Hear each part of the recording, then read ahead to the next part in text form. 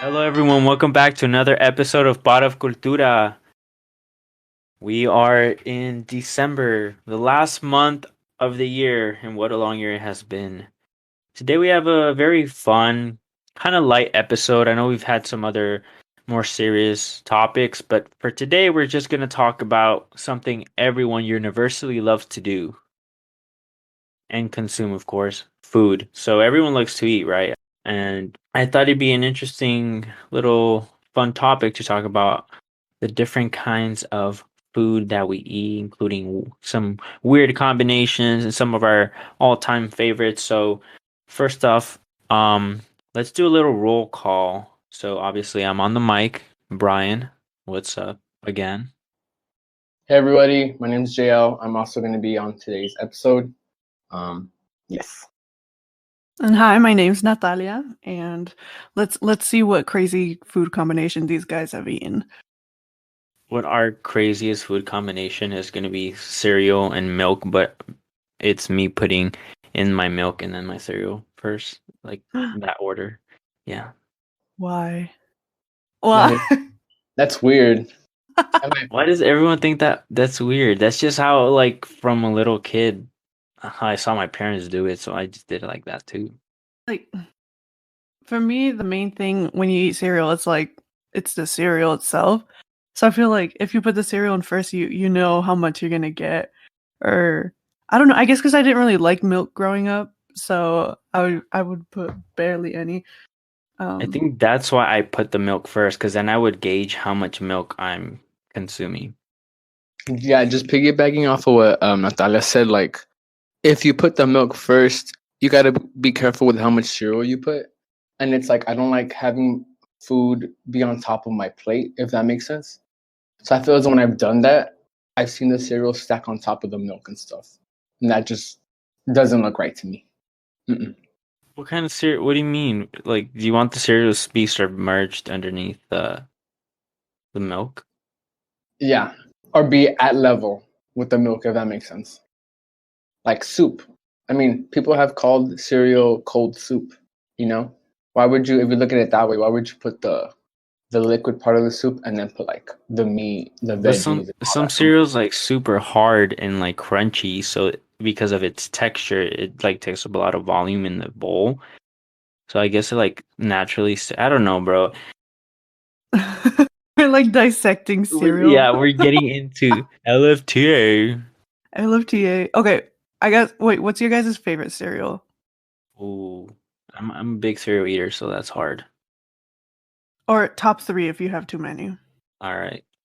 Weirdly enough, one of my favorite ones is an oatmeal base, just because like I feel like I'm eating healthier, even though I know I'm not eating healthy.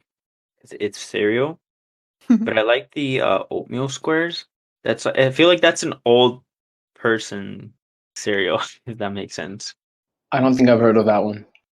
Yeah, Oatmeal it's squares. it's pretty good. It's like I get like the cinnamon one, so it's kind of like cinnamon inside of these like tiny squares, and it's just like oatmeal based kind of. It's like it feels. I just like oatmeal in general, so I guess that's one of mine. But if we're talking like sugary cereals, I've always been a fan of like the Cap'n Crunch. Those are good. And I don't know, this is hard. I do eat like a lot of cereal. Oh, I know. The I don't know what they're called, like the official name, because when I was younger, my mom had like WIC, so she would buy food from there. And then later, like we would buy like the bootleg version of the actual cereal that came in like bags that looked like you were buying rice. You know how rice Yes. comes in like a big bag? I like the Costco brand Yeah, cereal. they're just like bags of cereal. It doesn't come in a box, it comes in a bag. So one of my favorite ones was from there. It's like a honey based one. I forgot what it's called. I'm trying to think of for like sugar cereal, cinnamon toast crunch all the way. That That's one's good. really. I love I love cinnamon that toast one, but crunch. it's just like a lot of cinnamon. Yeah, some do have. I think that's the only cereal that I've ever been able to eat dry because I don't really like dry cereal. But cinnamon toast crunch, I could munch on some cinnamon toast crunch dry. I actually prefer it dry. I don't know if that's weird. I actually prefer it dry because I don't like my milk like cinnamony. Like cinnamony, is that the right cinnamony? I That don't sounds like good. it like that. I know it sounds good, but like I don't know. It feels like it's too sweet, and I'm someone who has a sweet tooth, but I prefer like my cinnamon on like my coffee or something like that. Well, this is not the alias top three. So cinnamon toast crunch is number one. Ah, I have to come up with two more. Two more. Oh my god. It's like I cinnamon guess toast plus. cinnamon toast crunch cinnamon is getting I think that the most common one that I get is honey bunches of oats with the almonds. Oh yeah, Um, I had that yesterday. it's Taste. literally what happened? Mhm. Taste. That one's so good. Sounds good. Yeah, it's literally so good. And I guess because I grew up eating it. Did you guys ever put bananas in your cereal? Yeah. Yeah. No, I put No? it on I cornflakes. hated Cornflakes that. is so bland. Bro, bananas in honey bunches of oats, cornflakes, frosted flakes, Cheerios. Like it goes hella hard, bro. And I always get my friends are always like, ew, because I don't like bananas. But I literally love bananas ever since I was little. But yeah, that would be my second choice. Honey bunches of oats with almonds. And then I'm trying to think. I guess like I'm trying to think of my favorite one, but the only one I can think of is one that I don't like, which is Cookie Crisp. I don't like Cookie Crisp. I thought that was the worst cereal growing up. It's pretty bad. But when I was little, I was like, ooh, cookies. Yeah, I was like all my cousins were super into it. Like they were like, "Yeah, Cookie Crisp," and I was like, "This tastes like cardboard." It did not taste good at They were all. going cuckoo for Cookie Crisp when it was the wrong cereal. No, Cocoa Puffs are good too. But I was going to say, we used to fight over the Cookie Crisp ones in elementary school, and they would give us like those small cereal cups. We used to Mm. fight over those. I don't know. So I was like, damn. When y'all said that, I was like, damn. That one was gonna be part of my top three, the Cookie Crisp ones. But they are a little bland. I'm not going to lie. But I guess starting with my first one, I don't know. I don't know the brand name, but I know that the little mascot is like a little frog, and it's like Oh, honey something. That's Honey mine. Smack. That one's That's good, my third huh? one. That's my third one, but I didn't remember the first like legit name. I was thinking of the bootleg one Mhm. because I had the bootleg one. Or I don't want to say bootleg, the cheaper alternative brand. The Malto Meal brand. I think that's what it's called. Yeah, that one, the malto That meal. I had that one. one. I would talk about that one, and people would be like, "I've never heard of it. There's no cereal with a frog on front." And I'm like, "Yes, there is, and it's like pretty good and it's pretty sweet." That one's like one of the sweetest ones and my favorite one. And then I would say Cookie Crisps, and then oh no, Honey Bunches of Oats, and then Cookie Crisps for sure. So is Cookie Crisp third or first? Third, third Okay, is okay. that one, and first is the Honey Smacks. Honey Honey Smackers. Smacks.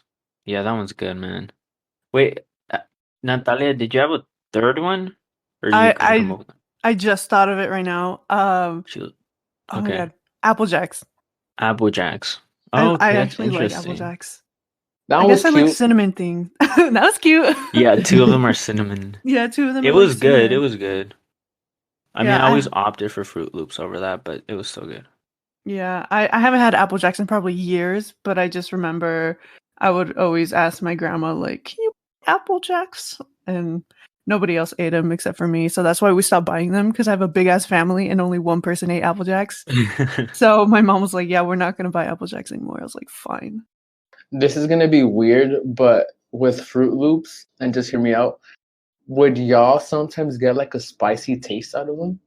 No, I would get that with Apple Jacks. Apple Jacks? But you know what I'm Maybe talking the about, right? cinnamon. It tasted like spicy, like here and there. Like I'm thinking maybe like the spoon wasn't washed right and there was still chili on it, but like Bro, I think that's it. That's happened to me several times. I'm like, what's wrong with this milk? And it's not the milk or the cereal. It's just the spoon wasn't like it looks clean, but it wasn't washed enough. And Mhm. I get like that residue taste. But why would that only happen with Fruit Loops for me? It was always Fruit Loops, getting like the spiciness from it. Coincidence? Maybe it was just like your brain looking at things like colors, like red is associated with like hot, I guess, or like green peppers. I'm like going like deep dive into this. a psychoanalytical perspective of Fruit Loops. Yo, But, has anyone done a study on that? Next PhD. hey, let's do it. This can be my my thesis. Yep, that's her thesis. Fruit Loops, white Fruit Loops are spicy. I know I'm not the only one. I know I'm not the only one. feel It like was you just, are. I don't know. If anybody listening out there agrees with JL, please let us know. No one's gonna You're- contact us. You're not alone. You're not You're- alone. You're not alone. But you might be. No, I know with some things like genetics does have a way of like getting in with how you taste stuff, because some people have like this I don't know, I don't want to say it's a disorder, but like a syndrome, or like cilantro tastes like soap to them. What the Oh, heck? I read about that. So it's Cilantro? yeah. Some people hate that taste. It tastes like soap, and it's an actual condition. So I'm like, maybe I'm not the only one with the Fruit Loops condition. You have a Fruit Loops condition. Of That's like- what you're calling. the Fruit Loops condition, the Fruit Loop boy. Fruit Loops condition Fruit sounds like He's got toucan syndrome. I don't know. Toucan syndrome. That's their mascot, right? Did I say that Yeah, wrong? the Fruit Loop is Sam the Toucan or something like that. But yeah, but going off of what JL said about the cilantro thing, that's true, because like I work at Rubio's, which is like white people Mexican food. So we use cilantro, and a lot of people will be like, no cilantro, because it just tastes like, oh, like it tastes like soap, or it tastes disgusting. And I'm just like, okay, well, you could have just told me no cilantro, but they gave me like a whole They gave- backstory. When I was 5. I have a condition. He's like, I have a condition, the cilantro condition. Oh my god. But right now that Brian said when I was 5, that like reminded me, were you guys ever, or maybe this only happened to me, but have you guys ever had like a food that absolutely traumatized you guys? A food? My Celery. mom one time. Oh, go ahead. No, that's Just my celery? answer. Just celery. There's no backstory to it. I just hated celery. They would force me to eat celery in pre-K with peanut butter, and I didn't like it. But now I literally have it every morning as a in a shake, because it's good for your skin. So Celery? yeah, it's helped. Well, it's it's supposed to like detox your skin, but I usually have it because I mix that with other vegetables in the morning. That's like the first thing I drink. I mean, it's been helping. My skin's been better, but That's smart though, because sometimes just chewing on celery becomes tedious. I don't know if that sounds weird. Like the little veins of it. It's Oh, hard yeah, I to get chew you. on. So like blending it is a really smart idea. yeah, that's just mine. Celery. Nothing exciting. I was gonna say, oh yeah, my mom would make like chiles rellenos, and I remember one time eating it at my tia's house, and I was like on the verge of throwing up, because that's how much of a picky eater I was, and how much I was traumatized by the taste. But now, They're rellenos? yeah, I mean, now they're pretty good. I'm not. I get you, because I didn't like them when I was younger. because it was just me being a picky eater. Like, oh, I don't want to eat this, but now I'm like, wow, like my taste buds have matured. And I can't believe I used to throw tantrums over eating that. But it would be that chiles rellenos for sure. Isn't it crazy how as we grow up, our taste buds actually like evolve along with us? Like foods that we used to hate, we now like, or vice versa. Foods that we used to enjoy, we like don't anymore. Ooh, for sure. Before we go into that, Natalia, do you have a food that is like, no, I can't eat that. It's traumatizing. I was traumatized by olives. I hate That's Oh, olives. okay. I don't like Valid. olives. Because like when I was little, I loved grapes, or I still love grapes. I absolutely love grapes, and my grandma would take care of us because my parents were working, and so she would always like give me a plate of grapes or something. So when I was little, I was like really really short, so I couldn't see over the counter, but I saw there was like a bowl with like little round dark things, and I was like, awesome, grapes. Like, so I reached up and I like grabbed them, and I ate a black olive thinking it was going to be a sweet, sweet grape. And I just completely fell apart. I think I like threw up. I was like, what the fuck is this? I think it like caught me off guard that it was like a bitter ass olive, and I was expecting something delicious like a grape. And ever since then, I cannot touch touch olives, bro. Yeah. I actually, now that you mentioned fruit, I did remember I was actually allergic to peaches when I was younger. So for the longest time I couldn't eat a peach because I was scared I was gonna have an allergic reaction again. But now I'm good, which is really weird. I love peaches. That just reminds me of Holds, where they would eat like that, the peaches in like what was it? In like a mermelada, something like that. Yeah, Things like the like fucking Jam. yeah, it was like a jam. That movie was That's it. good. I could fix that. I would quote that and people wouldn't even understand it. Like holes. Oh, speaking about holes, didn't you ever find it weird that they would bite into onions? Like Yeah, nothing? Oh, I hate onions till this Oh. day. I'm I sorry hate for onions too. I just can't eat onions, man. I like putting them in recipes, but like not biting into them like fucking apple. You I know know? that I know you can throw them into like a recipe and have like the flavor mingle with the other flavors, and that's perfectly fine. It's like me physically biting the onion that I don't like. I don't know why. I just don't like onion. I love how this has turned into LFTA takes culinary classes. I was just thinking about that. I was like, damn, look at us. So much We're just knowledge. exposing how picky we are. I am like going back to the topic that we did bring up a while ago. I I'm actually so glad that my taste buds have evolved because I was like the pickiest person growing up. Like I was a chicken tender bitch that like only ordered chicken tenders. Honestly, bro. And then now I'm like, ooh, I will not knock it till I try it. Type Yeah, of I get you. mentality. Yeah, so I'm like when I was little, I hated eggs, and then now I can eat eggs. Really? That's interesting. My sister's Yeah. sister was the exact same. She couldn't eat eggs when she was little, and now she's like eating them more often. Yeah, and actually that's actually another food that traumatized me was eggs. Because when I was in preschool, they did this thing where they were trying to get us to understand the five senses, like sight, touch, taste, smell. So they Yeah. had like a mystery box and we would put our hands in and then like it would be like, I don't know, like shoelaces and then we were little kids, so we'd be like, "Oh no, snakes," and like, stuff like that. Just a recipe for trauma. And oh, one of the boxes was a hard-boiled egg. So they made me reach into this box. I didn't know what the fuck was in it, but it was like gushy and they were like, okay, like squeeze it. So I squeezed it and it like burst open. And I was like, what the fuck? Oh, no. And then so they took it out. Okay. And they're like, okay, now smell it. And the smell of a hard-boiled egg, it smells so bad. So I smelled that shit and I was like, "Ugh." My mom said I gagged hella loud. I was like, bruh. Like That's understandable. yeah, so and then they told me they were like, "Oh, like es un huevo," and then I was like, "Fuck!" Like, no shit. I was like, "That's the first time I ever knew what an egg was," and I was like, "Fuck that! I'm never eating an egg. Like that shit's nasty." Hard-boiled eggs are gross. I'm Hard sorry. boiled? You don't like hard Yeah. boiled? I like eggs, but why'd you gotta hard-boil them? I like hard boiled, but No.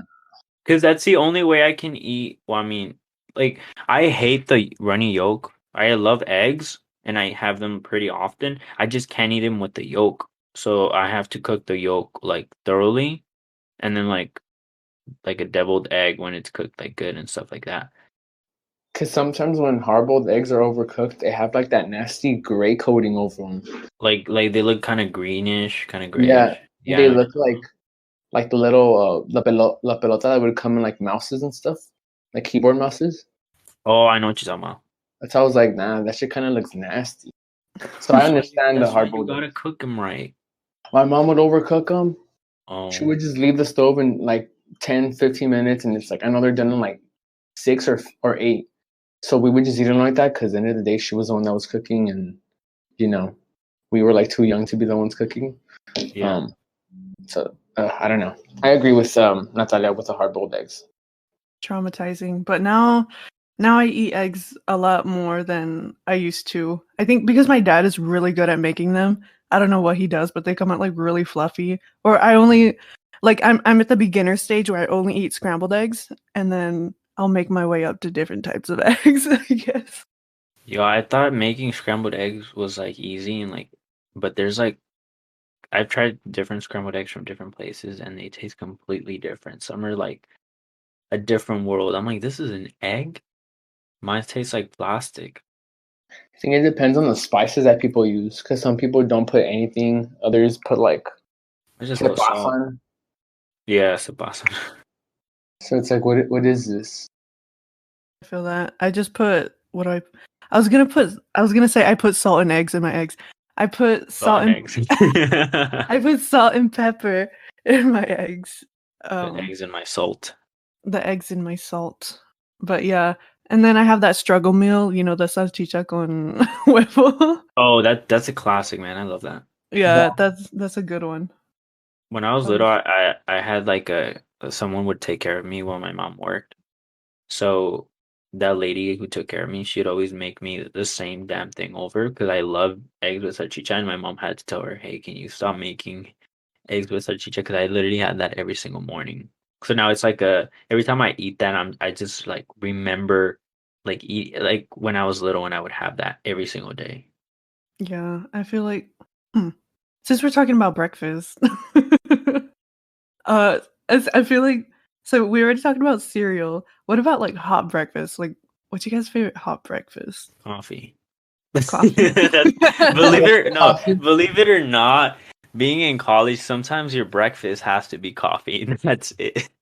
Sometimes your You breakfast know, got to be air. You just walk outside and you just just walk. chomp. I'm not kidding. Sometimes okay. So when I was in the dining halls, I would literally skip breakfast sometimes, which makes no sense because it's literally the easiest thing. You just walk out and go to the dining hall or go to like Ronde and pick up a to-go breakfast or something like that. But even then, I would get lazy, so I would just skip it. So coffee was my best So friend. bad for you. I know. I I know it was was about to so be like, bad. boy. I realized that after, like, hey, maybe I should start eating breakfast more. Now I don't skip it at all. I would say, even though we were just talking about eggs, I love scrambled eggs and making like a good omelet with it. Either that and like putting veggies and stuff. Because like oatmeal is it. I like oatmeal too, but I feel as though it's a little basic and it's more Yeah. towards like the sweeter side. Because oatmeal is sweeter than eggs and stuff. So like scrambled eggs with again like with chorizo, weenie, vegetables to make it a They're little good bit for more. you too. They got that protein. They do, but eating too many eggs is bad for you because of the cholesterol. Yeah, Apparently, I actually make them egg. I know, actually, I get like 3 eggs. I only use one yolk, and then the rest are egg whites. see with that, I'm not trying to waste the egg too. Bruh. I mean, I'm not wasting the egg. I'm using the like I'm just not using the yolk, but I'm using the other part of the egg. Fun of Understand? egg knowledge. Acknowledge this episode has probably 30% eggs. Yeah, this episode, the title should just be like excellent topic or something stupid. Very Wait, cringy. did you guys ever try the omelets at Denev? I didn't because I lived hella far from Denev. Yo, those were pretty good because it was kind of like it was like you go up and you tell them whatever you want, like all the ingredients are laid out for you and tell them what you want. They just add it onto the egg. It tastes pretty good. I would have that at a B plate, and it was pretty good. It's kind of like B plate, except B plate had like slightly healthier options, I would say. What were the Yeah. options over there, Genev? It was like so they had like shrimp. They Shrimp had and eggs? they had shrimp, and so I never got it because I was like that's kind of weird. But some people would be like, let me get everything. So then they would put like ham, bacon, shrimp, mushrooms, onions, olives, peppers, like 3 different cheeses. It was like a huge omelet. I was just like, let me just get veggies, and that was it. I was gonna say that eggs and shrimp sounds like a really weird food combination. Do y'all have any weird food combinations you want to talk See, I meant to do that. Shrimp I knew this would somehow lead us to talking about shrimp, and then shrimp and eggs is weird. So and, besides that, go ahead. Sorry. shrimp and eggs. Like, can't you find that in pad thai? Oh, you're right. Oh, Oh yeah, yeah, you're yeah. right. Pad Thai. Oh, that's bomb. I You haven't do had that in make a a point. while. I love pad thai. But I feel like these were like not. You know how pad thai it's like warm and Hmm. cooked and all that with rice. I feel like they weren't cooked as well because they're mixed with like the egg and everything. And pad thai is just a little different. Thai is different, but yeah, I guess weird food combinations. This is more like a snack type of thing that I used to do. Going back to my love for grapes, I would get pretzels, like the stick pretzels, and just like stab it through the grape and eat it like What that. the heck? Like Bro, a skewer? yeah, That like a sounds good. skewer. It's so good, bro. Like, oh my god, I feel like that one scene in Ratatouille where he eats the grape and the cheese, and they're like the colors are in the background and everything. Like, because it's like the saltiness from the pretzel and the sweetness of the grape. Like, it's so good. I was just gonna talk about that because in a lot of desserts, you notice that they put salt on top because apparently this is the science of it. But again, what's it called? FTA goes freaking culinary analytical on this, but the salt activates the salt taste buds in your tongue. So when you're eating like sweets like that, you're getting the sweetness from the taste buds that are activated by the sugar, and then you're getting the taste buds that are activated by the salt. So that's why they have more flavor. So The the more moral of the story is to put salt on your desserts. you should, you should. But in order to add like to that weird food combination, I would say this isn't mine, but my cousin would eat tamales with ketchup. What? Okay, that is kind of weird. I thought you were Yeah, gonna say crema. I was like, that's not weird. But then no, you came out with the ketchup. with ketchup, and I'm not one to judge, but that's an interesting food combination: ketchup and tamales. Hella weird. Because isn't ketchup like? I guess we're just talking about that, but ketchup's hella sweet, kind of. Mhm. What kind of tamal though? Oh, that's important. Yeah. Mm, I would say the standard ones, the chile rojo ones. That's even weirder, I think, because it's like a sauce with another, like the chile with the ketchup. I don't know. Maybe he did it like, because if it was spicy, maybe he did it like calm down the spice. I don't know. I would say it kind of mimics like potatoes with ketchup, like eating French fries with ketchup, because tamales are kind of starchy like that. Oh, that makes sense. So Yeah. it's if you think about it that way, it can be seen less as weird, but still unusual because a lot of people don't eat it like that. You know, Yeah, I've never heard that. The weirdest I get with my tamales is like I put them on the grill and like, so they're like asados. though that the way that they're cooked like that is bound to Yeah, it better tastes than they're the like microwave. crunchy. Oh yeah, the microwave because they get all like watery and I don't know. Even though I heated my tamal earlier in the microwave. Because it takes longer to put him on the comal. So it makes sense. So you don't have a weird combination personally. I would say I'm trying to think about it because I'm pretty sure when I was under some certain influences, I probably ate something of the sort. Um, but nothing really comes to mind. Like the only thing that comes to mind is like cheese and crackers, but that's not even weird.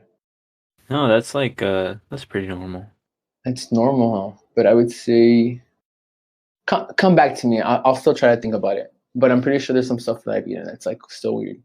Yeah. I don't think I have like a specific mine's not like weird. It's like so instead of using jam, and this is kind of recent, instead of using like jam because I know jams have a lot of sugar. When I'm making peanut butter, because I love peanut butter, when I'm making like peanut butter and jelly sandwiches, I'll put peanut butter on the bread, and then instead of using jam, I'll grab blueberries or blackberries, wash them, and then just put them on the sandwich. That sounds good. No, Mhm. it tastes good, but like you don't. I don't think I've seen. It's kind of like when you eat like a like toast, and you know how they put like a spread, and then they put fruit on top. But this isn't like a sandwich with peanut butter, so it's similar. It's just I don't know. Instead of jam, I guess I use fresh fruit. Bomb. Because like my tia makes jam out of her. I'm forgetting the type of fruit that she grows, but like she made like some sugar-free jam, and that shit was so good, especially on like we were just talking about cheese and crackers, but like cheese and crackers and jam. Oh, that shit was bomb. Really? I've never That tried does with bomb. cheese. Yeah, it's like I don't know. I guess it's like a fancy thing. I don't know. Like you know the oh my god, I'm blanking out what they're called. The little French assortment of like crackers, cheese, and like meats. Charcuterie Charcuterie. Yeah. Oh, that's fancy. or Yeah. charcuterie. The charcuterie board. Think about it. They're like expensive Lunchables. And Lunchables are bomb. Yeah, the cracker. Lunchables don't make any sense to me because they're cold, but they somehow work. That's how charcuterie boards work too. I never thought about that. That Lunchables were an American charcuterie board. Hella funny. Lunchables are see, they're conditioning us to try that when we're older by giving us those Lunchables. They're training us. It works though. It does work, and you can't come for them. But I did come up with a weird food combination that I just realized that I do. But I would eat like I would cut up cucumbers and cut them up like sticks, not like in circles. If that makes sense. And I would put honey on top of them, That actually and sounds good. and salt, like pink Himalayan salt on top. Does the Himalayan salt taste? Does it make a difference compared to like the normal salt? You know, that like Morden salt. I would say because you're biting into like salt crystals instead of like teeny tiny salt powder. Like you know how like standardized table salt is like very powdery. Yeah. When it comes to like grated Himalayan salt and stuff like that, you get like a chunk of salt. So like even though it's one small chunk, it hits It harder. does make a difference then. It does. It doesn't. It's good. Because I have that kind of salt. I just haven't used it a season. You need to use it, fool. Don't let it go to waste because I think it does go. I think it does go bad. I'm not sure. How about you, Natalia? Do you have any weird combinations? I'm trying to think, like, again, this isn't something that I do, but it's something that, like, my grandma would try to get me to eat. But she would put, like, banana in, like, sopita de fideo or, like, sopa de arroz. What? And, like, my little sister would eat it. Like, she loved that shit. They'd put banana in it, and I love banana, like I said before, but, like, that crosses the line, Oh yeah, man. okay. That's definitely a interesting combination. I've never heard that one before. Yeah. I was gonna say I'm listening. That sounds good. Yeah, I don't know. Like to me, it just didn't sound like good. So you never tried but it? I've never tried it, but like I said, I love banana. I love sopita de fideo. I love rice, but I just feel like that wouldn't go together. I don't know. It does fit the theme of salt meets sweet because the sopito de fideo it's kind of well the way my mom makes it it's kind of salty because she puts like caldo de pollo and like all that stuff, and the banana is sweet. So if you think about it, most of these combinations mix sugar and salt. So I don't know. It kind of fits that theme, and I'm down to try it. Even though my mom's gonna be like, "What are you doing?" I'll be like, "My friend told me to try it." I have. Yeah. So I knew this episode was gonna be like weird food combinations, and I was racking my brain, like thinking, what foods have I eaten when I was, younger that I thought were weird, and I just couldn't find any, especially foods like relating to our culture since, we are a Latinx organization. And then I remembered, and I think it didn't come to my mind because it's so common, but for people who are not Latinx or from a different culture, I feel like a street elote is a pretty weird combination. I know it's not weird to us because we grew up eating it, but think of it like if you dissect. We're now dissecting elote scientifically. I'm intrigued, so go on. So think about it this way: you have an elote. You put a stick through it, so it's now become sort of like a skewer situation. And you put mayo over the elote. That in and of itself, I think, is a little strange. and then you follow it up by putting cheese. Cotija cheese. Yeah. So then you put that on top of the mayo, and then you follow it up with butter. It's just, when you think about it, it sounds kind of weird. Yeah. Honestly, when I was, or actually, I'm not the biggest fan of corn or like corn on the cob or whatever, but my sisters love it. So anytime like the street vendors would come after school, like they'd be like, "Take all my money," and they would just buy big ass cups of like street corn, or like after church, the guys that come and sell the corn, they would always get the street corn. But for me, I like never liked it. But anytime my grandma would try to get me to eat corn, I when I grew up, I had braces, and I'd be like, "No puedo," and she'd be like, "Okay," and I'd be like, "Oh my god, I got out of it." But that is a weird combination now that I think about it. It's just so like common that I don't think people think of it, or at least I don't think of it as weird. But then now that I actually like pull apart the ingredients, it is kind of weird. Yeah, I think because at my work we sell our version of the street corn, and it's just like the grilled corn. Oh, yes. That's Yeah, not it.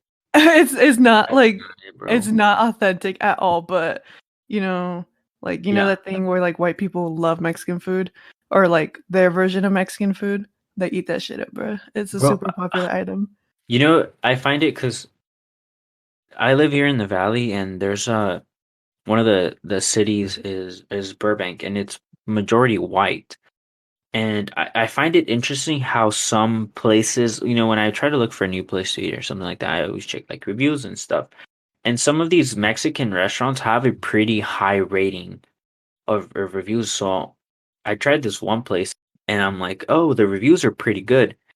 And I tried it, and so did my family, and we unanimously all agreed that it was just trash. And we're like, how can this have such high reviews when the food had absolutely no flavor and resembled zero, of that Mexican food touch? And then I thought about it. I was like, maybe the people who are writing those reviews are not Latinx, and so to them this tastes good because maybe they don't know what an authentic Mexican dish tastes like. Yeah, it's like people at work, like they'll order something and they'll be like, "Is that spicy?" And then to me it's like not spicy at all. And then I'll be like, "Oh no, like it's not spicy." And then they'd bring back the food. They'd be like, "I can't do this. You need to remake this and not make it spicy." And I'd be like, "Bro, like it was like the most not spicy thing ever, but to them it was like unbearable." And so now anytime they ask me like, "Is this spicy?" I'm just like, "I'm going to put that on the side for you. Like I'm not even going to risk it." It's like, bro, we just added salt. Honestly. But I Was guess it Mexican salt? oh my Is god, that spicy?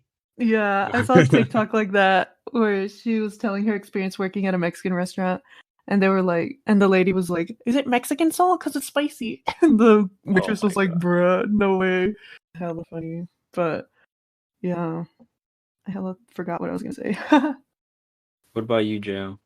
I'm trying to think because my mind is blanking out in terms of like food that is weird from like a different point of view, but to us is like normal. Ever since you brought up the street corn, the only thing that comes to mind is like, which is not weird at all, but it's like eating bolillo with coffee or like with hot chocolate. Oh yeah, that's good. Yeah, that's Like I classic. could see a concha or like any type of sweet bread, but like bolillo, I don't know. I would always find that kind of interesting. I think it was well, at least from what I've seen is sometimes like a pan dulce would cost more money than bolillo. Yeah, makes sense. So then you could buy more bolillo than pan dulce, so it would just like a cheaper option for a lot of families to just eat bolillo. Plus, I guess you get the sweetness from the coffee or the hot. The coffee, yeah. I'm like trying to think, or the one thing that came to my mind right now that like could seem weird for outsiders, outsiders could seem weird for non-Latino people is chilaquiles. Maybe it's Ooh, because it's literally just like fried I tortillas. agree. Yeah, I agree, but I also think it's gotten to a point where so many restaurants that are not like Latinx driven, where like the chef is or the establishment is Latinx Mhm. owned, have incorporated into like their menu. So like chilaquiles, you'll find chilaquiles at a lot of places that you don't expect to find chilaquiles. Yeah, I get you. This topic is kind of reminding me of this one TikTok of because you mentioned like chilaquiles, because it seems kind of weird, but if you think about it, most of our foods have the Oh, same I exact know. thing. You know what I'm talking about? Yeah, yeah.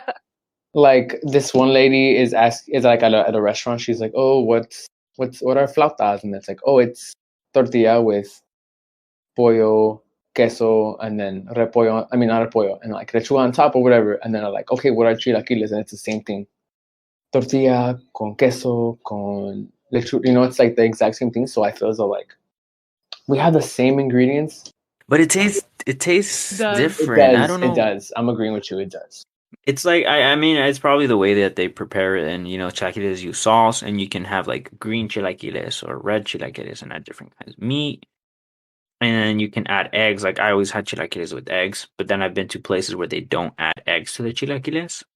So it like different places and different. I've noticed there's different states throughout Mexico and different countries in Latin America prepare similar foods in a completely different way that completely changes how they taste. Yeah. Like one time I went to Mexico and we were staying in Tlaquepaque and I got chilaquiles there and they made it totally different from the way that I was used to it. But that was my favorite chilaquiles I've ever had. I was like, damn, bro, I'm about to go back just for that. What made them good? I'm interested. Cause like they Love. separated because usually the way I'm used to it is that you scramble the eggs into the fried tortillas and then you put cheese on top and the salsa. But they separated the tortillas. They put tortilla salsa and the sprinkled cheese, and then they separated the scrambled eggs, and then they also put beans on the side, which I don't really like beans, but those beans were hella good for some reason. But they were like the mashed beans, and like it was like up to you to like scramble everything together. So I liked how I had that control of how much flavor I was getting with each bite of like all the options on my plate. But they're hella good. Like it was hella crispy. Like even my sisters are like, bro, I miss those chilaquiles. So you put the egg on top? They put the egg on the side, so I would like get some egg on my fork, get some tortilla, and then some beans, Got it. and it was really good. I'm not going to lie.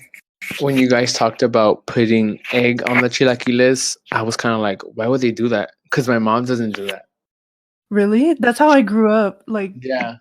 putting egg in it. Well, there's two different. Like I grew up, my mom would make them with like the traditional salsa or like the red chilaquiles. But because Yeah. I didn't like that spice when I was younger, she would make him just the tortilla with the crema queso and then the egg mixed in. So I've had both. Yeah. When my mom would make it either red or green, she wouldn't put eggs at all. And I think that's And some places don't put them Yeah. actually. like that restaurant I went to. Yeah, that was like the first time I ever saw it without the egg scrambled into it because I was used to like the way my mom would make them was to like first fry the tortillas or like cut up the tortillas and fry them and then put the egg in, put the salsa in, and then just turn off the heat and sprinkle cheese on top and cover it and let the cheese melt. And that shit's hella good with chile habanero. Ooh, hella good. There's actually a place that does it like you're mentioning, Natalia. It's here in the valley where I live. It's called Mexicocina Cafe, and they put so you can choose like whatever meat you want. So I usually have them like with carnitas. So they mix the carnitas with the chilaquiles, and you can get them red or you can get them with green salsa.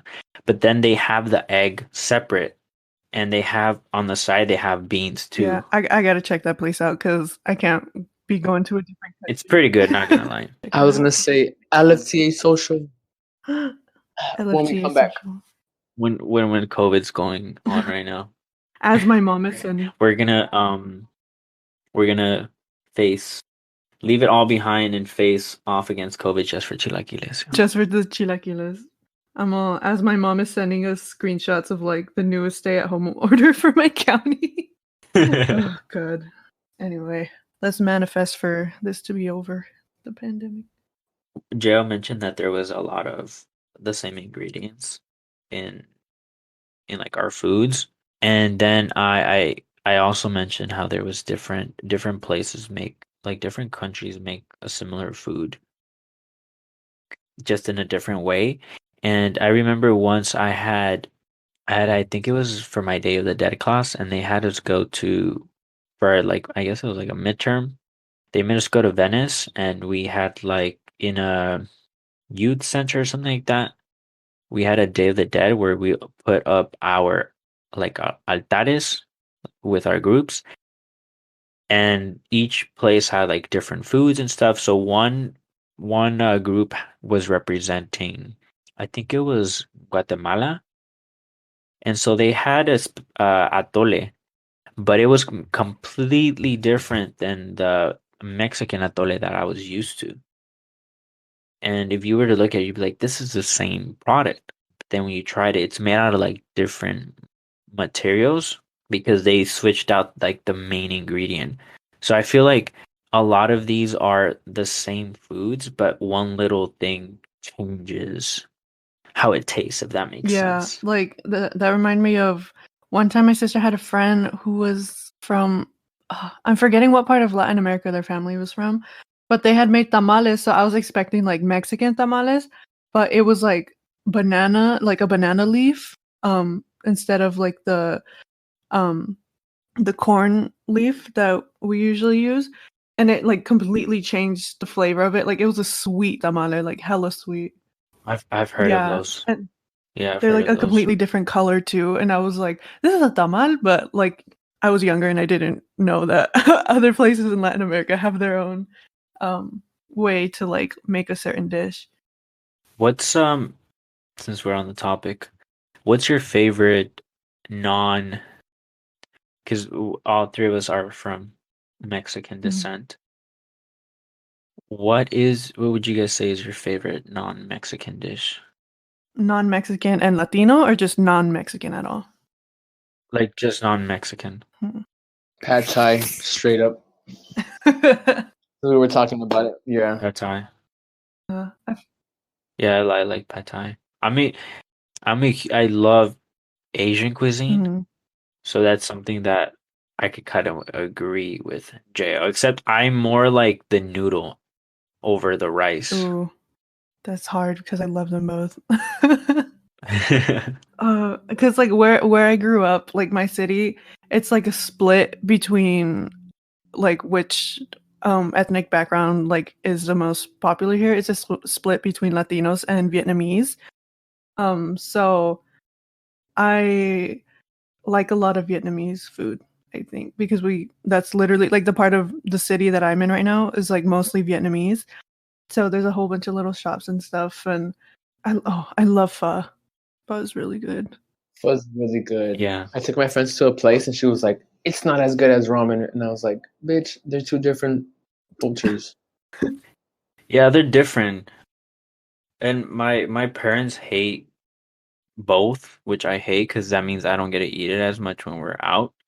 They're like, mejor me hago una sopa maruchan." I'm like, bro, you can't compare that to a sopa maruchan. You can't compete where you don't compare.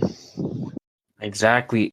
I find that interesting. I know Natalia mentioned, or I don't know if it was Natalia or you. It was at the beginning of the episode, but you mentioned how you're open to trying like different things now that you're Mm-hmm. older. Kind of like, don't knock it till you Yeah. try it. I'm kind of wondering if some of that has to do perhaps with maybe being in college, because you're exposed to a lot of different cultures and backgrounds and walks of life and different individuals while you're in college, compare like if you're in your little city. And maybe, at least just speaking for myself, I feel like when I got to college, my mentality and how open I was to different things completely changed compared to before. Mm-hmm. if that No, makes it makes sense. completely sense. I get where you're coming from. Because the same thing happened to me too. I would say like in high school I was like that, but in college I was like, no, like you got to be more open to trying new stuff, even though I was already open to stuff before. Because like there's so much stuff that you're not letting yourself experience, or at least try out, if you have this kind of like mindset that, oh, I'm okay with the food that I'm eating now. And this doesn't only apply to just food; it applies to like Yeah, right. being open to just in general, like seeing other cultures, and whether it be food, movies, and like media and stuff like that. So I know I agree exactly where you're coming from.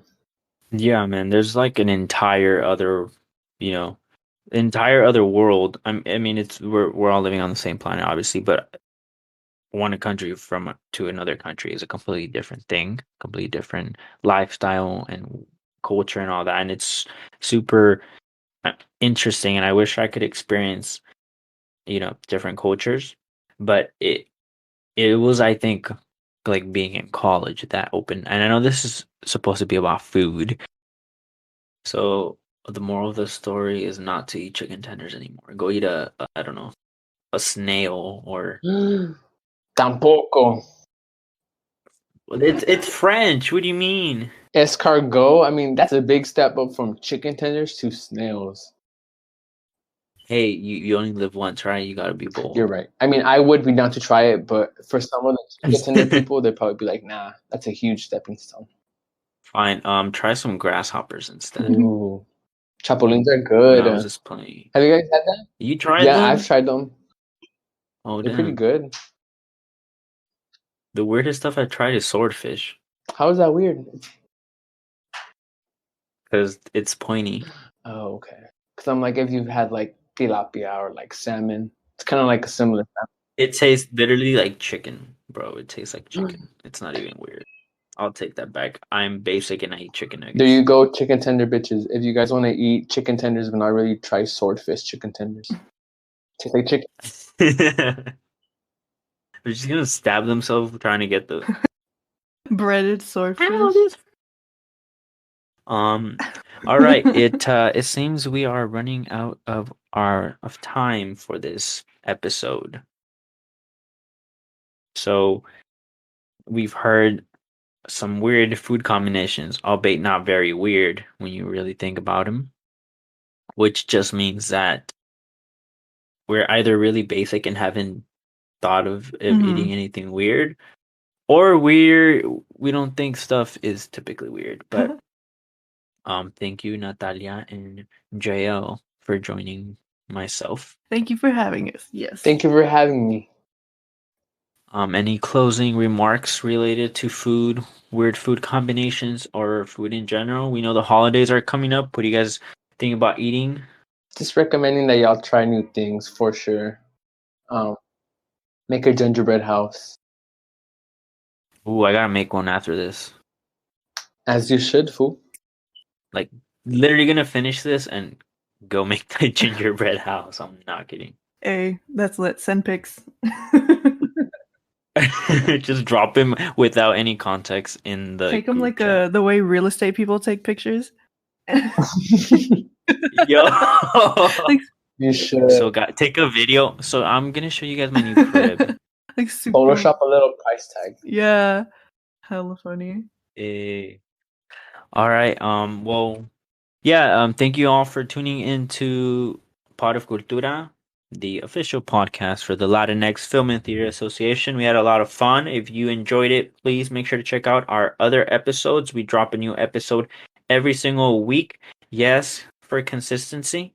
If you want to know when a new episode is released, you can either subscribe wherever it is that you listen to podcasts. And if you're subscribing, might as well leave us a review. We appreciate it. You can follow our social media. So follow us on Instagram at LFTA UCLA, where we post not only when we drop new episodes, but we post a lot of different content on there as well. We also have a TikTok at LFTA_talks, where we post tutorials as well as random skits. We have some skits that we have not posted yet, but we have a plethora of skits that we're working on. So keep an eye out for that. And is that all our socials? Follow us on LinkedIn. No, I'm just playing. We don't have that yet. Add us Club Penguin at LFTA Waddles. Club Waddles. Oh, and our YouTube is Latinx Film and Theater Association.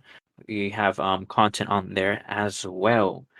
But that's been another episode of Pot of Cultura. Happy holidays to everyone. Hey, y'all. Bye. Adios.